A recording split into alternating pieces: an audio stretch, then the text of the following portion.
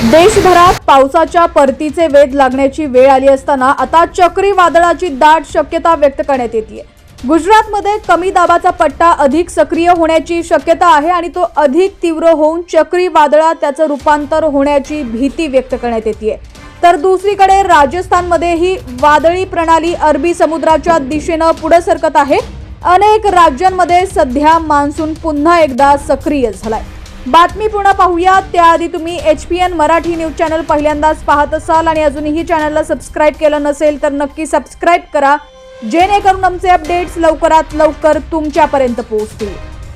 तर गुजरातमध्ये या पावसाने धुमाकूळ घातला असून वादळी पावसाचा इशारा या राज्याला देण्यात आलाय।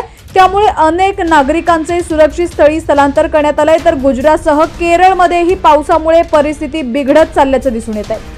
त्यामुळे येत्या काही दिवसात पावसाला परतीचे वेध लागतील अशी अपेक्षा असतानाच पावसाचा जोर वाढतच चाललाय। त्यामुळे लवकरात लवकर दाखल झालेला मान्सून उशिरा परतणार का अशी चिन्ह सध्या तरी दिसून येत आहेत। एकीकडे गुजरातमध्ये पाऊस धुमाकूळ घालत असताना महाराष्ट्रात समिश्र पावसाची स्थिती दिसून येते। गुजरातमध्ये कमी दाबाचा पट्टा सक्रिय झाल्यामुळे त्या ठिकाणी मुसळधार पाऊस सुरू आहे। तर महाराष्ट्रात पावसाचा जोर काहीसा ओसरला असल्याचे देखील दिसतंय। हवामान खात्याने राज्यामध्ये काही भागांमध्ये पावसाचा रेड, ऑरेंज आणि येलो अलर्ट दिला होता। मात्र बऱ्याच ठिकाणी पावसाचा लपंडाव दिसून येतोय। मुसळधार ते हलक्या स्वरूपाच्या पावसाचा इशारा असताना राज्याच्या अनेक जिल्ह्यांमध्ये कालपासून सूर्यनारायणाचं दर्शन होत आहे।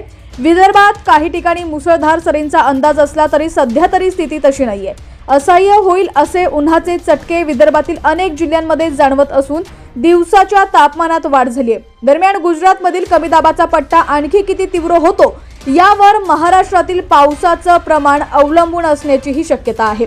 राज्यातील पश्चिम भागामध्ये घाटमाथ्यावरील क्षेत्रामध्ये पावसाची दमदार हजेरी राहणार असून मध्य महाराष्ट्रापर्यंत पावसासाठी पूरक वातावरण निर्मिती होणार आहे। हवामान खात्याने दिलेल्या अंदाजानुसार उत्तर कोकणात तुरळक ठिकाणी मुसळधार ते अतिमुसळधार पाऊस पडण्याची शक्यता आहे। तर मध्य महाराष्ट्रातील घाट भागात तुरळक ठिकाणी मुसळधार ते अतिमुसळधार पाऊस पडण्याची शक्यता आहे। दक्षिण कोकणातही तुरळक ठिकाणी मुसळधार पाऊस पडण्याची शक्यता आहे। मात्र असं असलं तरीही गुजरातमधील कमी दाबाचा पट्टा आणखी किती तीव्र होतो यावर महाराष्ट्रातील पावसाचं प्रमाण अवलंबून राहील। दरम्यान तुमचा भाग कोणता आणि तुमच्या भागातील पावसाची काय परिस्थिती आहे ती देखील आम्हाला कमेंट सेक्शन मध्ये नक्की कळवा।